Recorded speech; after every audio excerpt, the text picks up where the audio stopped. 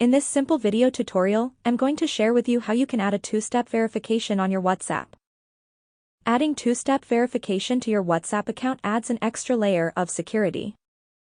It requires you to enter a unique PIN along with your phone number when verifying your account, making it much harder for unauthorized users to access your account, even if they have your phone number.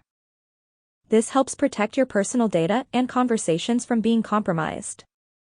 To do this, simply head into your WhatsApp. On your settings page, select this option of account right here. You will then head into the second option of two-step verification.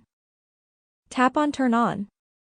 You will enter a 6-digit PIN that you won't forget, because if you do forget it, you will be locked outside your WhatsApp account. Confirm it and your background security will get added to your WhatsApp account.